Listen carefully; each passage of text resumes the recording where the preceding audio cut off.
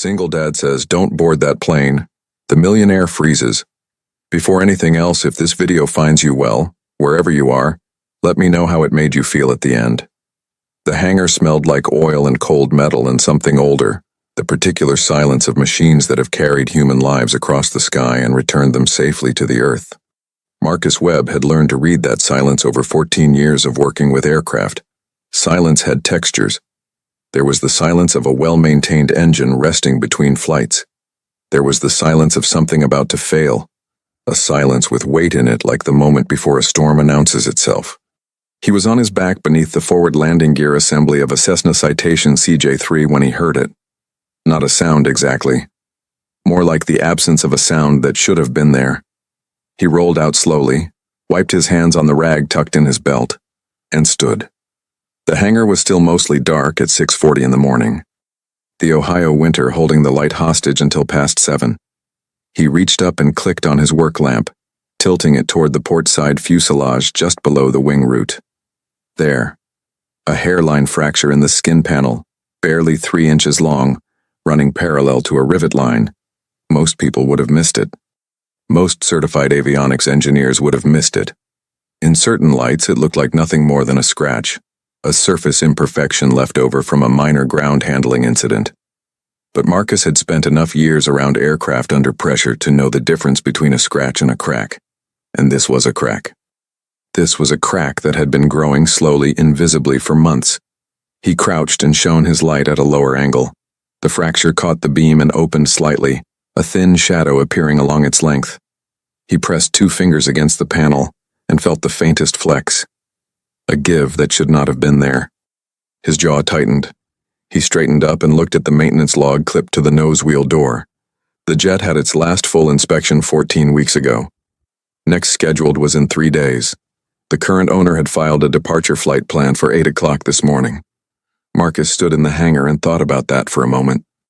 He was not employed by the owner of this aircraft.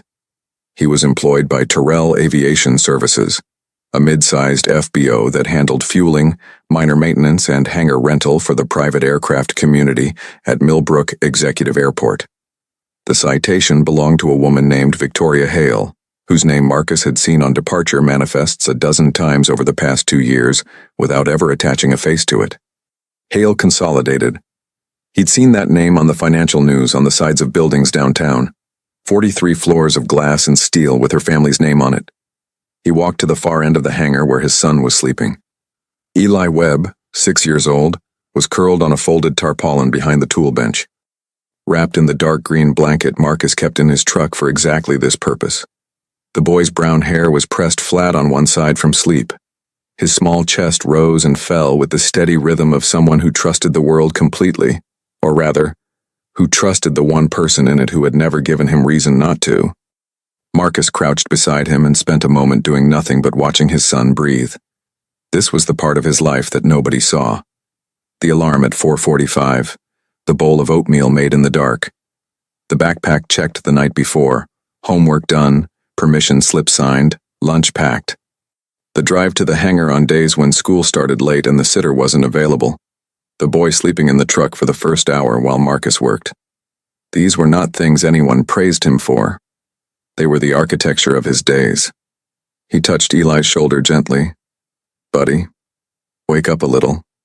Eli stirred, blinked, looked up at his father with the uncomplicated recognition of a child who has never doubted where he belongs. "Papa." "Yeah." "Sit up for me. Eat something." Marcus set a granola bar and a small bottle of apple juice beside him. "I've got to go talk to someone. You stay right here. Don't touch anything in the tool cabinet." "I know," Eli said, already unwrapping the granola bar with the practiced seriousness of a child who has heard this instruction many times and takes it seriously. Marcus walked back to the main hangar floor. He was 34 years old, and he looked it in the way that certain men look their age, not diminished by it, but carved by it. His hands were large and scarred at the knuckles, built for difficult things. His face was composed, not emotionally absent, but trained to keep the interior of himself from showing on the surface. He was not a tall man, but he was a solid one, with the particular stillness of someone who has been in situations where stillness was survival. He went to the office at the back of the hangar and asked the overnight dispatcher, a young man named Cody, whether Victoria Hale had arrived yet. "Not yet," Cody said. "Wheels up at 8. She usually comes in around 7:15. I need to speak with her before she boards." Cody looked up. There was something in Marcus's voice that made the younger man pause. "Is there a problem?" "There's a problem," Marcus said. He went back to the jet and documented everything. The fracture location, its dimensions, the degree of panel flex. He photographed it with his phone. He wrote it in his personal notebook, the small blue one he kept in his chest pocket. At 7:22, he heard a car on the tarmac. Victoria Hale arrived in a black SUV with a driver and a personal assistant already speaking into a wireless earpiece. Victoria herself emerged, and Marcus understood immediately why the name had always sounded like it came with its own gravity. She was younger than he expected, perhaps 28, dressed in a charcoal coat that cost more than Marcus made in a month, dark hair pulled back with no-nonsense precision. She was scanning her phone as she walked, and she did not look up as she crossed the tarmac toward the hangar entrance. Marcus stepped forward from the shadow of the hangar door. "Ms. Hale." She stopped, looked up. Her eyes moved over him with the quick, dispassionate appraisal of someone who sorted people by category rapidly and filed them accordingly. "Mechanic," her expression said. "Ground crew." She registered him, and then her gaze moved past him toward the jet. "I need to speak with you before you board," Marcus said. "Anything you need to say it to my chief of staff." She was already moving again. "Your aircraft has a structural defect, Ms. Hale." She stopped again. "Specifically, a fatigue fracture in the port fuselage skin panel, Section 7, just aft of the wing root. It's been propagating for a while. The panel has measurable flex under pressure. I don't know when it would fail, but I know it shouldn't be in the air today." She turned to face him fully now. There was no softening in her expression, only a recalibration. "Who are you?" "Marcus Webb. I work for Terrell Aviation." "Are you a certified airframe and power plant technician?" "I am." "Did Terrell Aviation assign you to inspect this aircraft?" A brief pause. "No." Something shifted in her face. Not warmth, but sharpness. "So you're telling me you grounded my aircraft based on an inspection you performed without authorization? For a jet that isn't your assignment early on a Monday morning." Her voice was even, controlled, carrying the particular cadence of someone accustomed to identifying the weakest point in any argument and pressing on it. "And you expect me to miss a board meeting in New York because of your unauthorized opinion? I expect you to look at what I found before you decide," Marcus said. His voice was unchanged. She stared at him. There was something she hadn't expected in his manner. No defensiveness, no apology, no scramble to justify himself. Just that stillness and the quiet certainty behind it. "Show me," she said. He walked her to the aircraft and showed her the fracture. He held his phone light at the correct angle. He placed her hand, she did not flinch, he noted, against the panel and let her feel the flex. He explained in precise and unhurried language what the fracture was, where it was in relation to the structural anatomy of the jet, and what it meant for flight safety under the pressurization cycles of a 600-mile flight. When he finished, there was a silence. From behind the tool bench at the back of the hangar, unseen by Victoria Hale, a 6-year-old boy in a green blanket was watching his father with absolute, unblinking attention. "How did you see this?" Victoria said, and for the first time her voice had something other than edge in it. "Our maintenance team did a full inspection 6 weeks ago." "With respect," Marcus said. "They were looking at the wrong things." She looked at him for a long moment. Then she turned to her assistant. "Cancel New York. Get me a structural engineer here within 2 hours." She turned back to Marcus.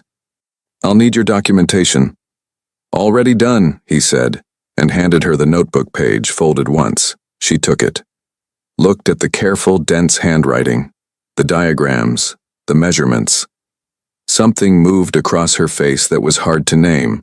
Not gratitude, not yet, but the beginning of a question she hadn't expected to be asking. She looked up. "You said you work for Terrell?" "Yes." "You're just a mechanic." It was not asked cruelly. It was asked with the genuine confusion of someone trying to reconcile what she saw with what she believed was possible. Marcus Webb looked at Victoria Hale across the cold hangar floor, his son watching from the shadows. The fractured jet silent between them and said nothing at all. He let the silence carry what words would have cheapened. Some answers don't need saying.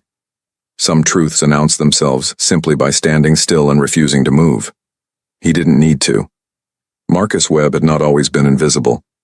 There had been a time, and it seemed, on certain mornings, like something that had happened to a different man in a different century, though it was only 8 years ago, when his name meant something in rooms that mattered, when the men around him deferred to his judgment not out of protocol, but out of genuine regard for what he carried in his head and in his hands, when the work he did was not background noise but signal, when he was seen. He thought about this rarely, and never with bitterness. Bitterness required a belief that things had gone wrong, and Marcus did not believe that. He believed things had gone differently than planned, which was not the same thing. He had left the Navy at 26, not discharged, not pressured out. He had simply looked at the life he was building inside those walls of rank and mission and specialization, and then he had looked at the small, perfect fact of his son, 11 months old at the time, sleeping in a car seat in the hospital parking lot because there was nobody else to watch him, and he had made a choice. The choice was not complicated, it was only heavy. The Navy had tried to keep him. His commanding officer, a man named Hargrove, who was not given to sentiment, had driven to Marcus's off-base apartment and sat at his kitchen table for 40 minutes trying to find the argument that would change his mind. Marcus had listened to every word with respect and with absolute immovability. In the end, Hargrove had shaken his hand with both of his own and said, "You're the best I've ever had at this. Wherever you go, the machines you work on will be safer than they deserve to be." He thought of that handshake sometimes when he found a thing that others had missed. The years after the Navy had been unglamorous and largely unremarkable, which was precisely what Marcus had intended. He had taken his ratings, his A&P certificate, his inspection authorization, the specialized training in avionics systems and structural analysis that the Navy had given him, and that he had doubled and tripled through his own study. And he had found work in the civilian world that was honest and quiet and paid enough. Not comfortably enough most months, but enough. Millbrook was not where he had grown up, but it had become where he lived, which was different. He had a rented house on Culver Street, 2 bedrooms, a kitchen that smelled permanently of the chili he made every Sunday, a backyard with a rusting swing set that he had reinforced with new bolts the first week they moved in. He had a truck with 140,000 miles on it that he maintained himself and expected to maintain for another 100,000. He had Eli. On most days, Eli was enough. On some days, Eli was everything. The boy had his mother's eyes, large and dark, paying attention with a quality that made some adults slightly uncomfortable. Lena had been gone since Eli was 8 months old. Not dead, gone. She had been 23 and not ready for any of it. Marcus had never blamed her for leaving, though he had spent time being angry at the manner of it. The note on the counter, the car gone, the phone disconnected within a week. Eli did not ask about her often. When he did, Marcus answered without editorializing.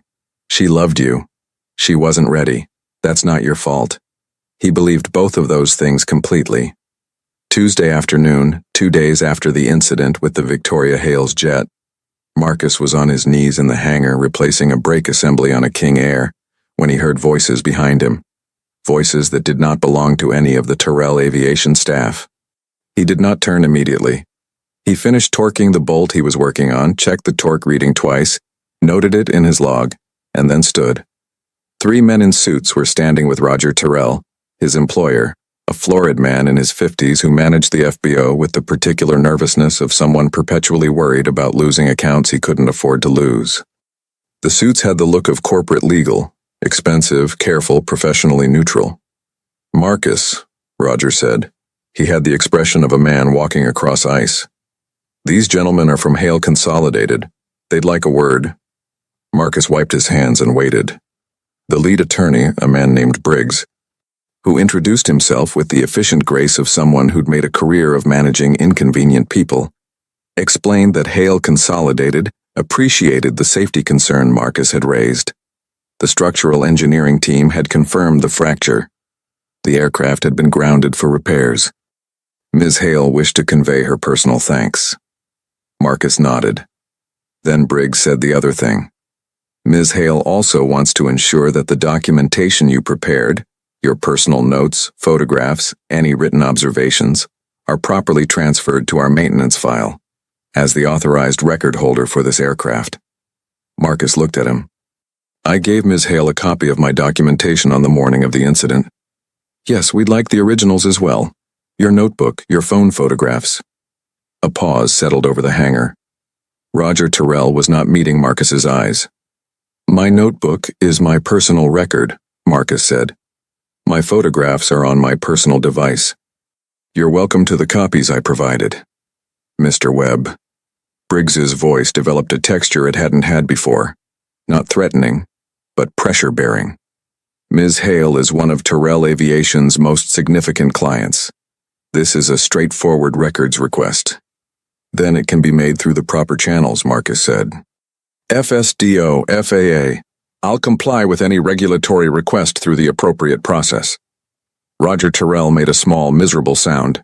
From the corner of the hangar, invisible to the men in suits, Eli Webb was sitting on the tailgate of his father's truck, doing his reading homework with the focused concentration of a child determined to finish before dinner. He had learned early to be quiet in the hangar. He had learned to read his father's silences, to know when the air in a room had changed, to stay still and attentive without being seen. He was watching his father now. He always watched his father.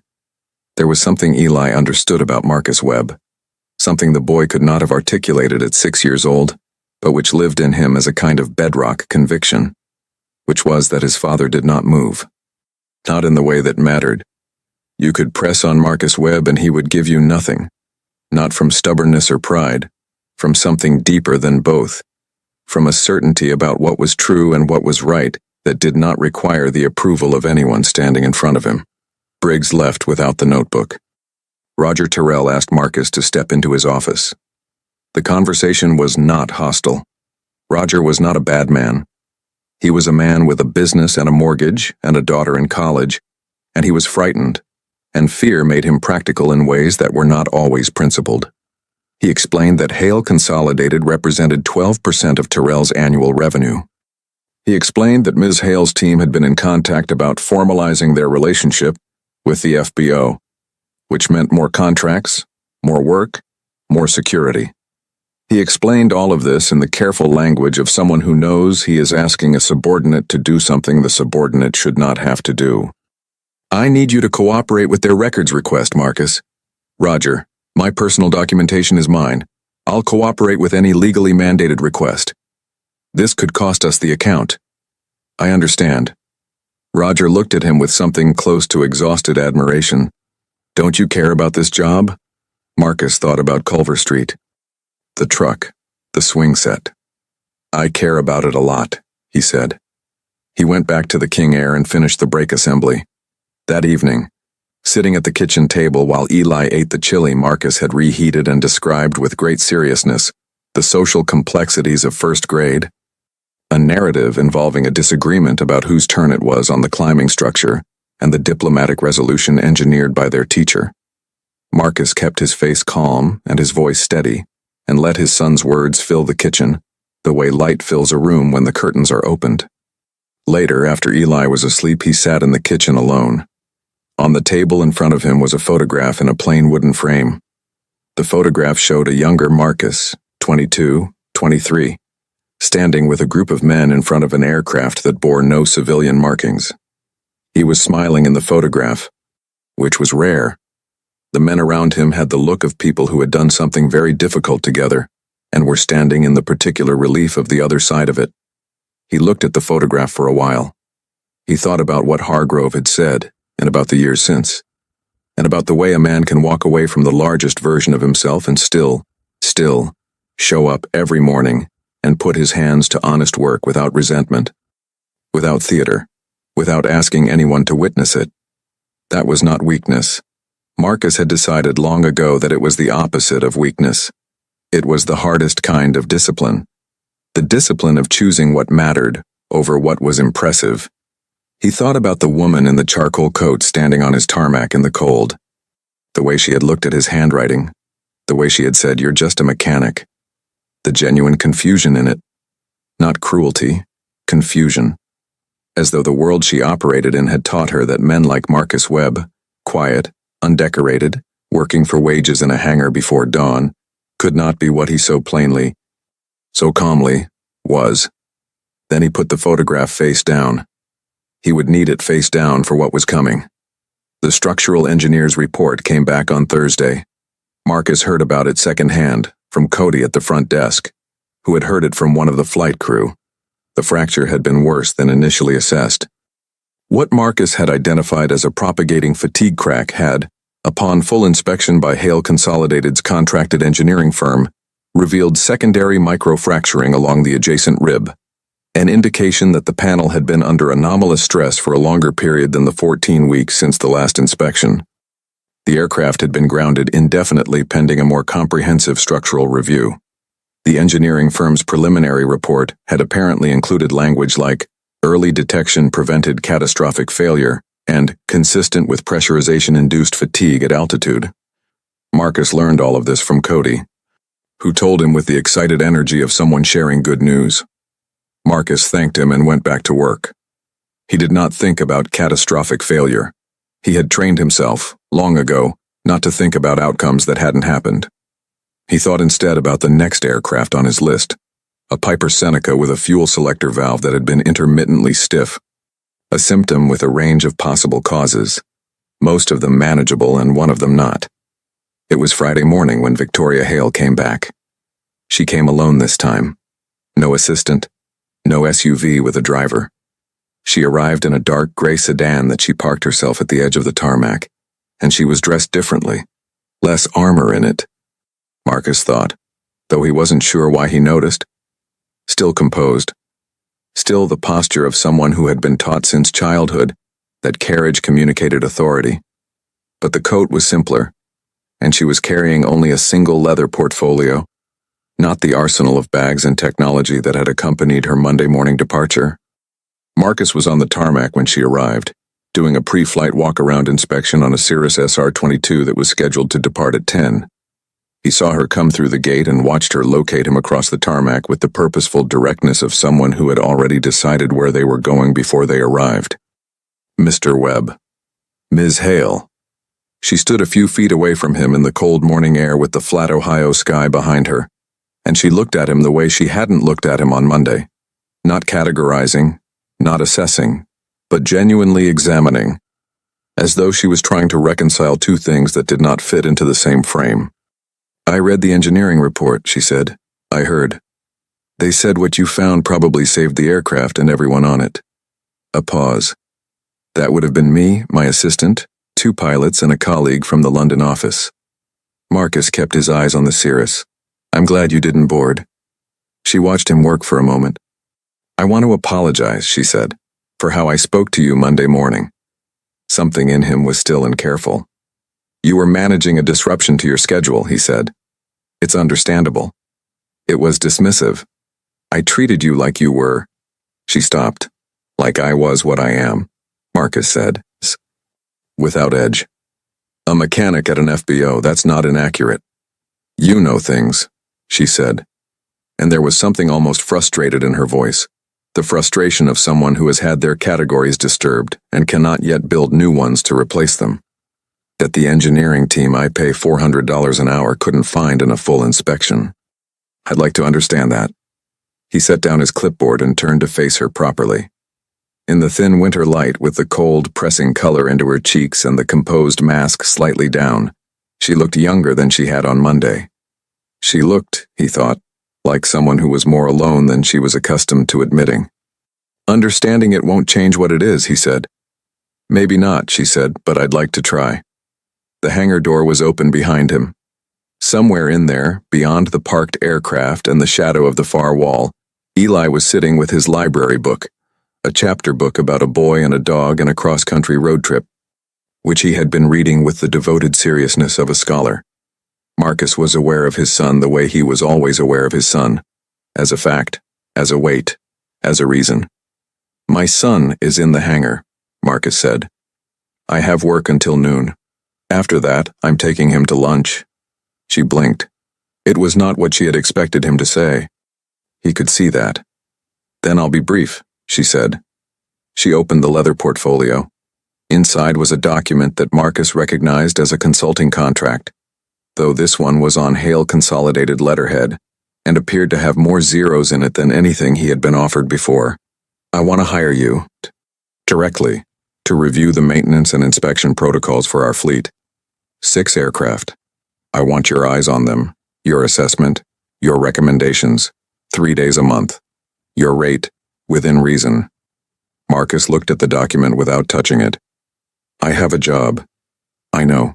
This would be supplemental. Weekend work if you prefer. Or I can speak to Roger Terrell about a formal arrangement. Roger Terrell, Marcus said, is currently trying to decide whether my continued employment is worth the discomfort it causes his largest account. She had the decency to look uncomfortable with that. That's partly why I'm here. He looked at her for a moment. The Cirrus waited patiently beside them. The cold pressed its way through his jacket. Ms. Hale, he said, I don't know what you think you're looking at when you look at me.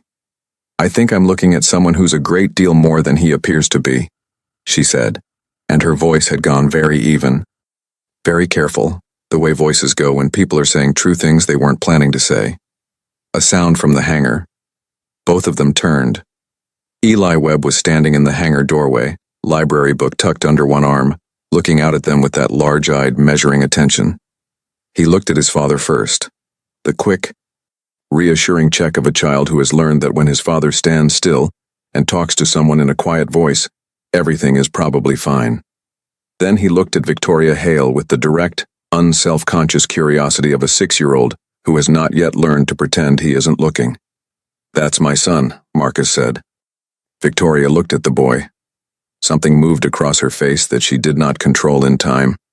Something that might have been unexpected tenderness, or the recognition of something, or the kind of longing that lives in people who have spent so long being strategic, that they have almost forgotten what they actually want from a life. He looks like you, she said. He's better than me, Marcus said with the matter-of-fact certainty of a man stating a calibrated truth. Eli, apparently satisfied by whatever assessment he had been conducting, withdrew back into the hangar. Victoria looked down at the contract in her portfolio. She looked up at Marcus. There was a question building in her, he could see it. A question she wasn't sure she had the right to ask or the language to ask correctly. Who are you? She said. Really? Marcus Webb picked up his clipboard. The Cirrus pre-flight wasn't going to finish itself. I'm a man who checks the things other people skip, he said. That's all.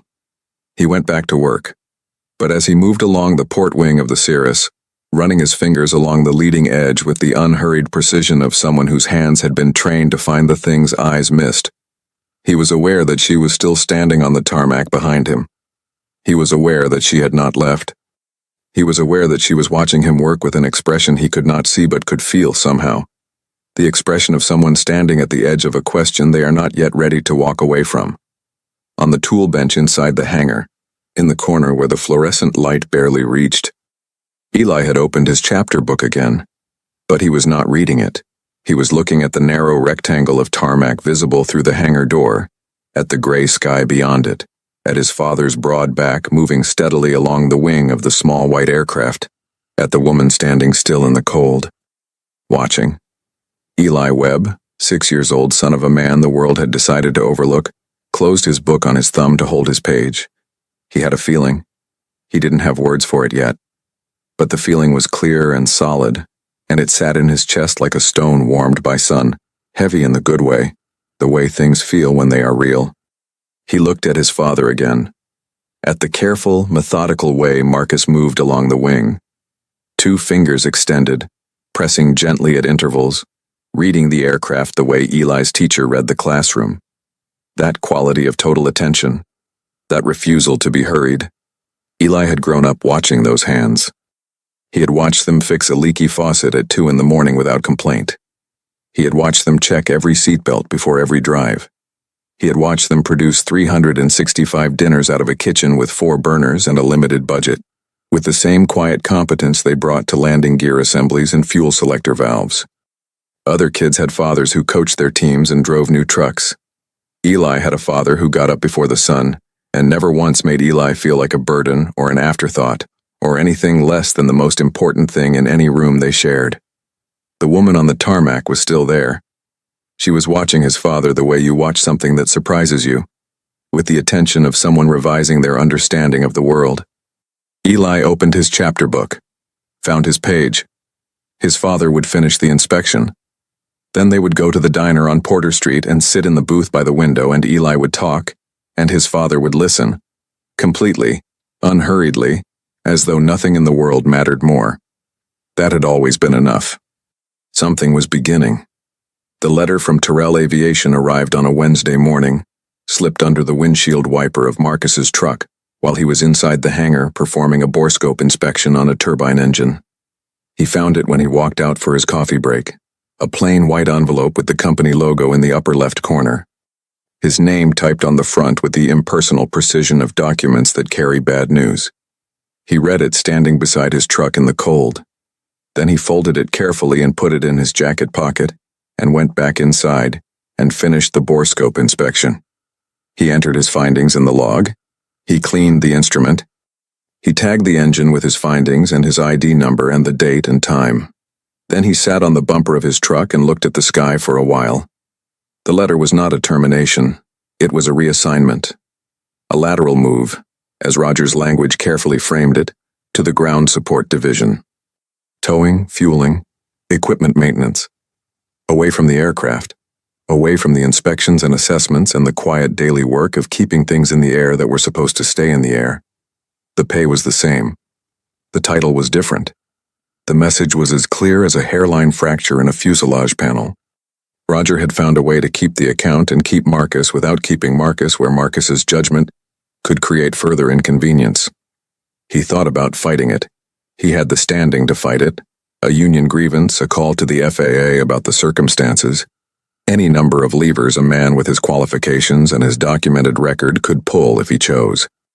He thought about all of that with the methodical thoroughness he brought to everything, weighing it, turning it over, examining it from each angle. Then he thought about Eli. Eli, who needed to eat breakfast before school and have his homework checked and his permission slip signed. Eli, who had a dentist appointment next Thursday, and a school science project due the week after that. Eli, who slept in the small bedroom on Culver Street with the glow-in-the-dark stars on the ceiling that Marcus had stuck up there 2 years ago on a Saturday afternoon, both of them lying on their backs on the floor deciding where each star should go, Eli directing the placement with the supreme authority of a 6-year-old who understood, instinctively, that this was his ceiling and his sky. Marcus Webb did not pull any levers. He reported to his new assignment on Thursday morning at 5:45, exactly as required. He fueled a Gulfstream. He towed a Beechcraft Baron to the wash rack. He performed a routine maintenance check on the airport's ground power unit, with the same thorough, unhurried attention he had always brought to everything, and he noted 3 items in the service log that the previous technician had apparently overlooked, because he could not make himself do any work carelessly, even work that was meant to diminish him. Cody, who worked the morning desk and was 23 and not yet wise enough to stay out of things that weren't his business, found Marcus at the fuel truck that afternoon. "This is because of the hail thing," Cody said. It was not a question. "Don't worry about it," Marcus said. "It's not right." "A lot of things aren't right," Marcus said. "You still have to show up for them." He said it without bitterness, which was the part that Cody would remember for years afterward, long after he had left Millbrook and built his own career and become, eventually, the kind of man who told the story of Marcus Webb to younger people who needed to hear it. He would remember that Marcus said it the way you state the temperature or the wind speed. A fact. A condition of the world that you account for and then proceed. That evening Marcus made spaghetti. He helped Eli with the science project, which involved constructing a model of the water cycle using a plastic container, a bag of ice, and food coloring in a way that demonstrated evaporation and condensation. They spent an hour on it at the kitchen table, Eli narrating each stage with the intensity of a scientist presenting findings of global significance. Marcus listening and asking questions and occasionally redirecting when the experiment began to drift toward chaos. The finished model was not perfect, But it was honest, and it worked, and Eli was proud of it, which was enough. After Eli was in bed, Marcus sat in the kitchen with a cup of coffee that went cold while he wasn't paying attention, and he thought about the consulting contract that Victoria Hale had offered him. He had not signed it. He had not refused it either. He had simply placed it in the blue folder in the kitchen drawer where he kept important documents, and left it there while he worked out what he thought about it. He thought about it now.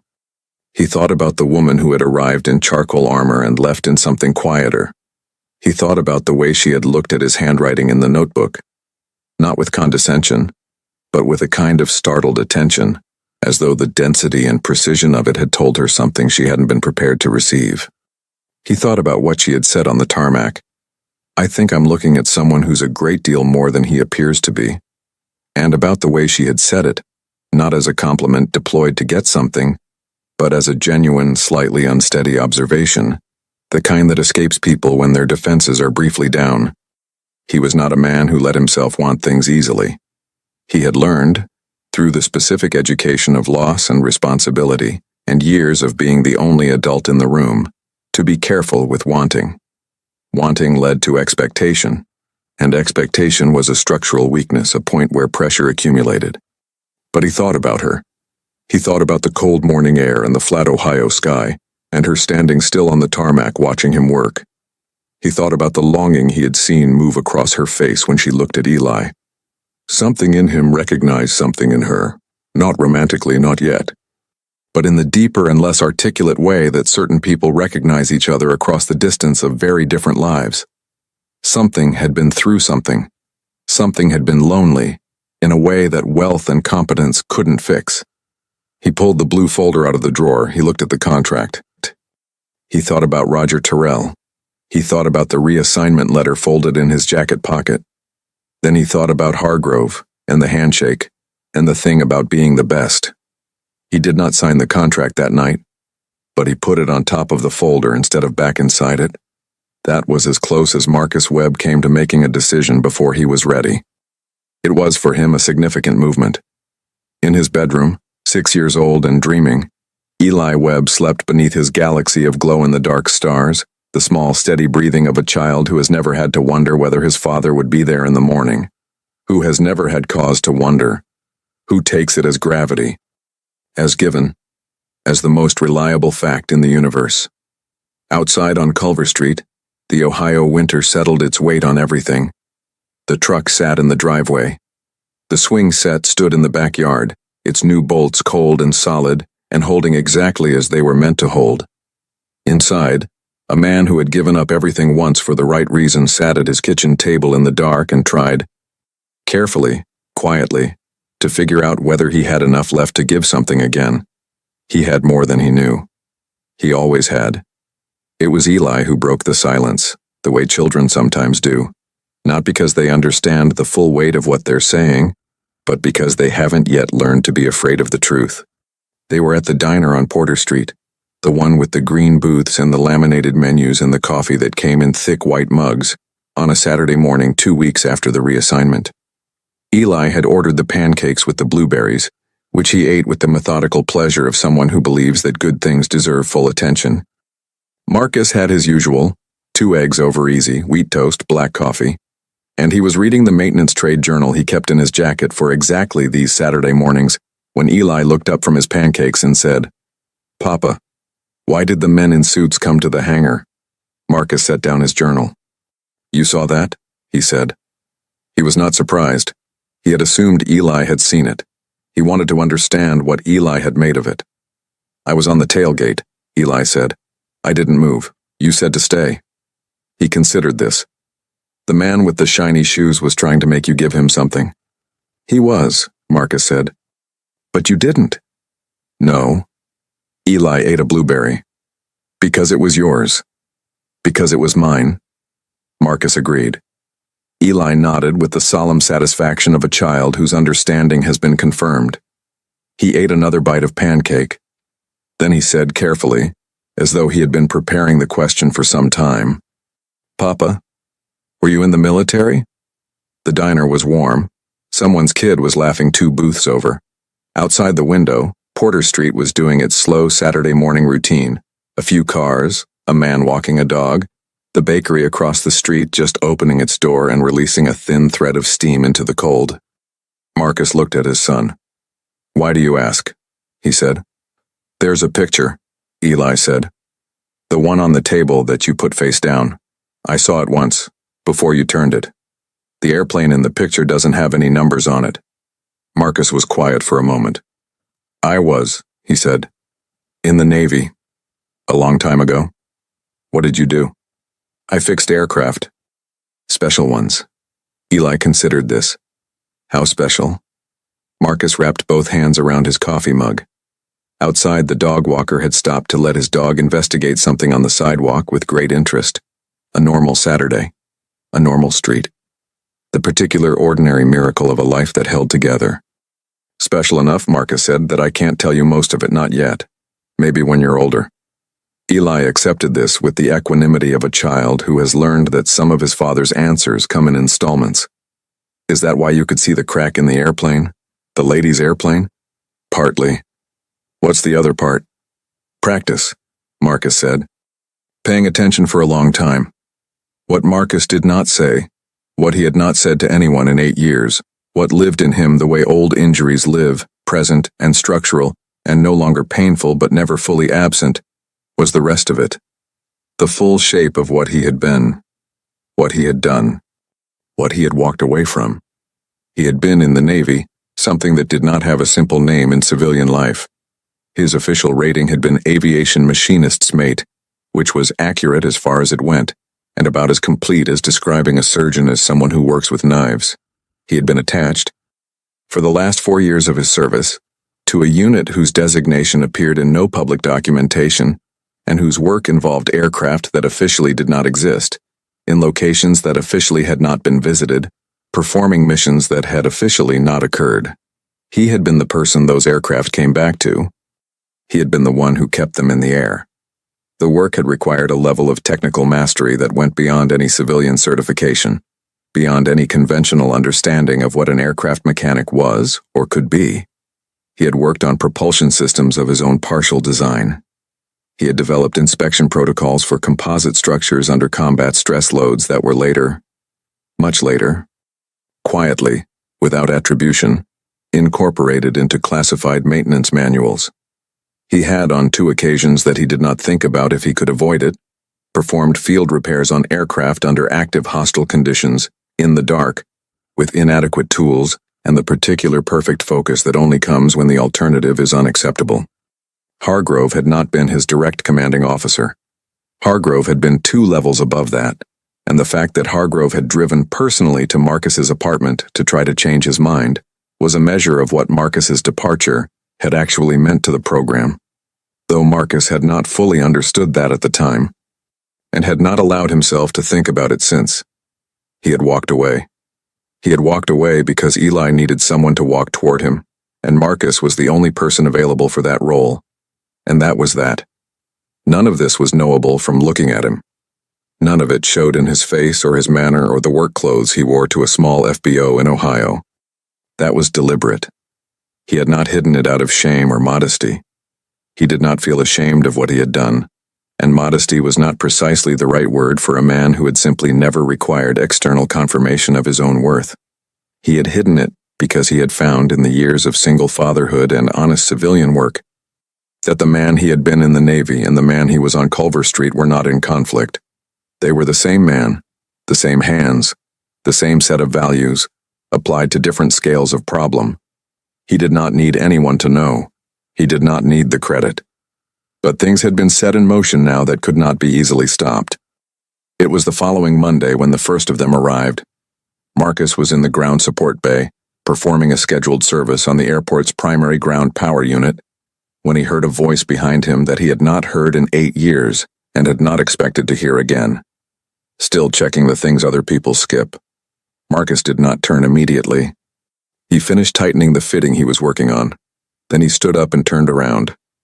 The man in the hangar doorway was in his 60s, gray-haired and straight-backed, wearing civilian clothes that did not quite disguise the posture they had been built on.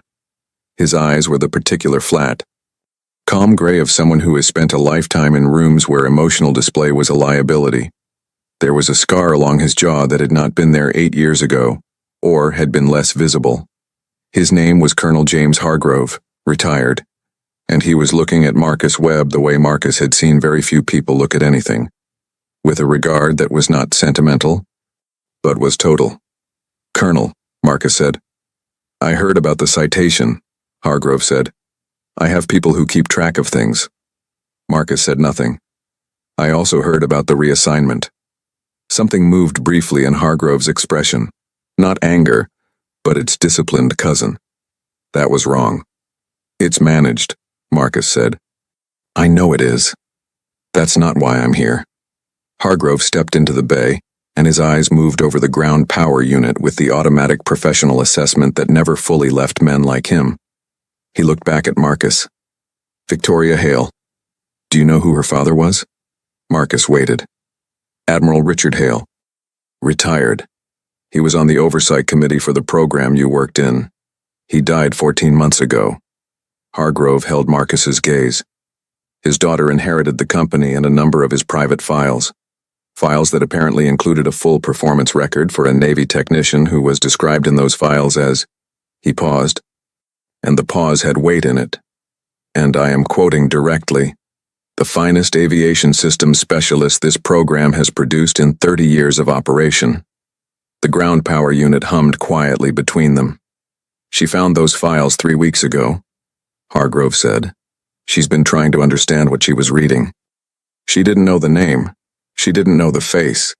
And then a mechanic at her FBO stopped her from boarding an aircraft with a fatal structural defect, and she looked at the way he worked, and she looked at his handwriting in that notebook, and something matched."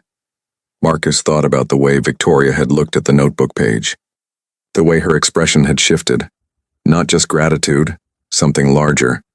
Something trying to locate itself.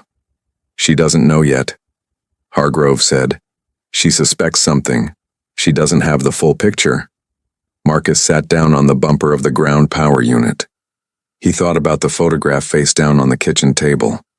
He thought about Eli asking about the airplane without numbers. He thought about a woman standing alone on a cold tarmac with armor that didn't quite fit anymore, watching a man she couldn't categorize, carrying her father's files home in a leather portfolio, and sitting with them in a 43-story building with her family's name on it, trying to solve a question she didn't yet know how to ask. He thought about how long he had been invisible. He thought about whether it was time to stop. In the silence of the ground support bay, with the Ohio winter pressing against the metal walls and the glow-in-the-dark stars waiting on a ceiling on Culver Street, and a 6-year-old boy at school learning about weather systems and the water cycle, Marcus Webb made the kind of decision that does not announce itself.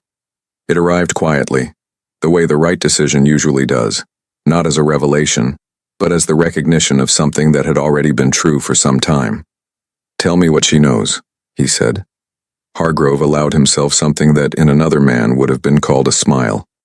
"Everything," he said. "Or close enough." Victoria Hale had read her father's files 3 times. The first time she had read them the way she read everything, quickly, efficiently, pulling out the data points and filing them in the organized architecture of her working memory. Admiral Richard Hale had been a man of systems and documentation, and his private files were dense with the particular language of classified military administration, designations and ratings and performance assessments written in the compressed, acronym-heavy shorthand of people for whom precision was not a style choice, but a survival requirement. The second time, she read more slowly. She was looking for the name. It appeared 17 times in the operational assessment files over a period of 4 years, always in the same context, superlatives. Language that did not fit the measured, qualifying tone of the surrounding documents. Words like exceptional and irreplaceable and, once in what appeared to be her father's own handwriting in the margin of a technical evaluation, "I have never seen anything like this." The third time, she read it sitting on the floor of her father's study with a glass of water she forgot to drink, and she understood that she had been circling something for weeks without letting herself land on it. She understood that the name in the files and the man on the tarmac were the same person, and that she had stood 10 feet away from him on a cold Friday morning and asked him who he really was. and he had told her the smallest true thing, and let her walk away, still not knowing. She drove to the airport on a Tuesday. Not to fly, not with an assistant or a portfolio or an agenda. She drove herself in the gray sedan and she parked at the edge of the tarmac, and she sat in the car for a few minutes, which was not something Victoria Hale typically did. She sat and looked at the hangar and the flat gray sky beyond it, and the half-frozen grass at the edge of the tarmac that had been bent by the wind and not straightened. Then she got out and walked in. Marcus was in the ground support bay. He looked up when she came in, and she saw in the single second before he composed his expression that he had been expecting her. Not today specifically, but soon. He had known it was coming. He had been waiting for it with the particular patience of a man who understood that certain things could not be indefinitely deferred. She did not speak immediately. She looked at him across the bay. She looked at his hands, which were resting on the housing of the ground power unit, and she thought about those hands in her father's files, not described physically, but present in every line and every account of systems repaired and problems solved and situations managed in conditions that she still could not fully picture. Even after 3 readings. "My father wrote about you," she said. "I know," he said. She had not expected that. She stood still with it for a moment. "You knew about the files. I was told about them recently. Did you know who I was? When you stopped me from boarding? I knew your name," he said. "I didn't connect it to your father, not then." She believed him. She believed him the way she had come over these weeks, to believe most things about Marcus Webb. Not because he was charming or persuasive, but because he was constitutionally incapable of the kind of strategic presentation that she lived among daily. He said what was true, and he didn't say more than that. "He called you the finest he'd ever seen," she said. "My father was not given to that kind of language." "I know that too," Marcus said. "Then why?" She stopped. Started again. "Why are you here?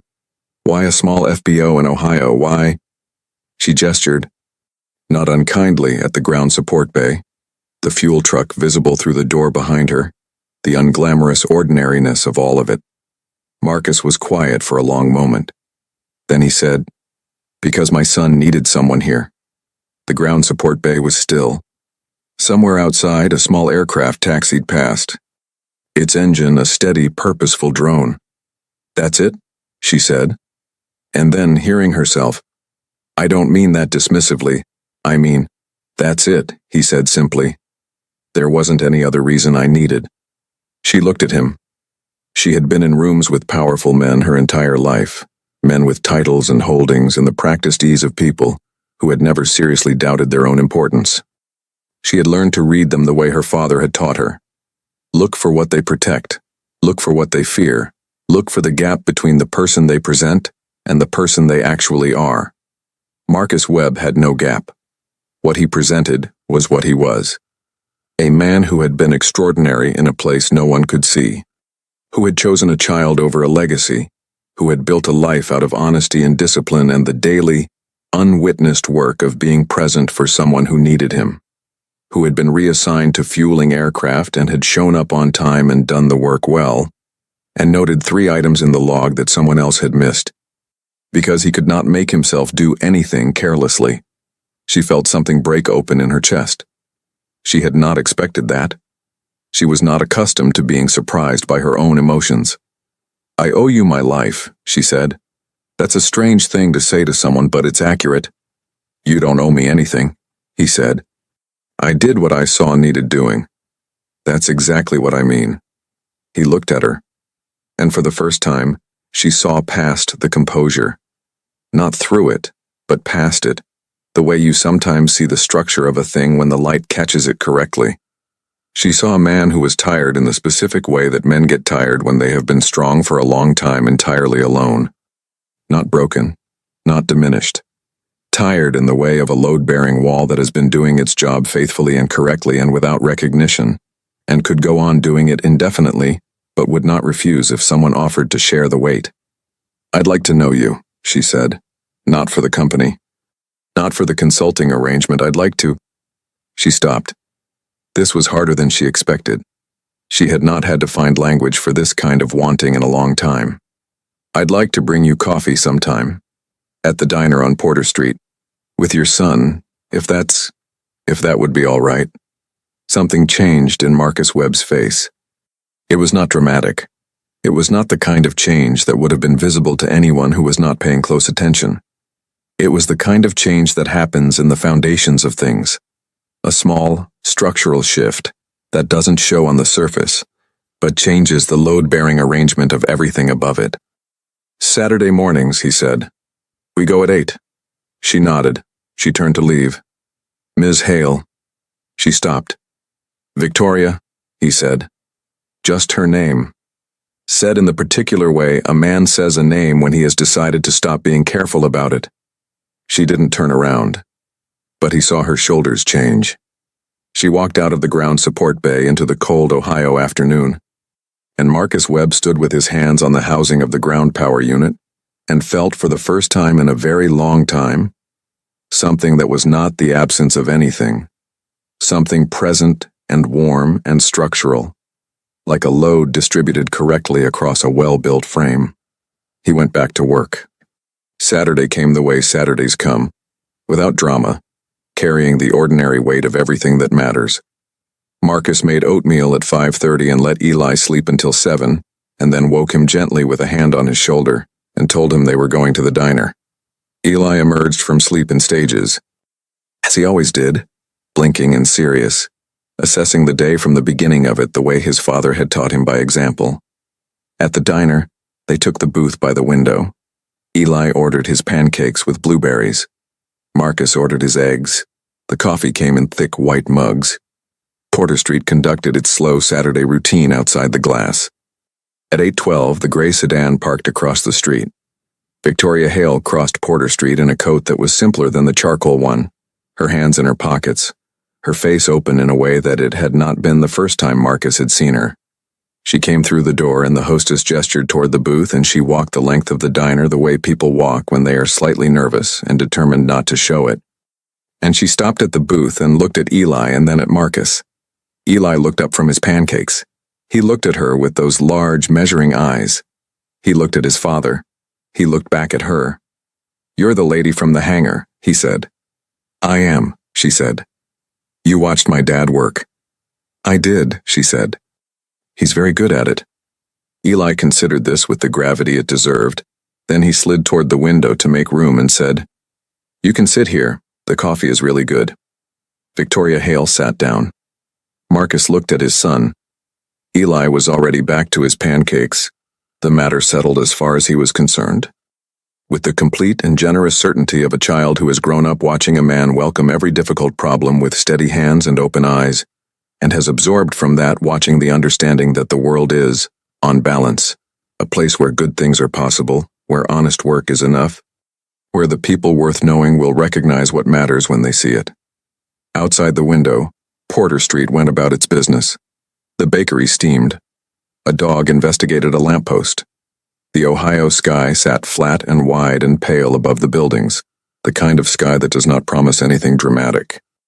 Only light, only continuation, only the next ordinary day of a life that has been, by every measure that matters, lived well. Marcus Webb drank his coffee. Across the table, Victoria Hale was looking at him, and he let her look, not performing, not explaining, not protecting the interior of himself from the surface. Just present in the particular way he had always been present for the things that deserved it, completely, unhurriedly, as though nothing in the world mattered more than this moment and the people in it. Under the table, Eli's foot swung back and forth the way it always did when he was content. The weight of quiet hands, the legacy of a man who fixed broken things, the morning that was just a morning and everything.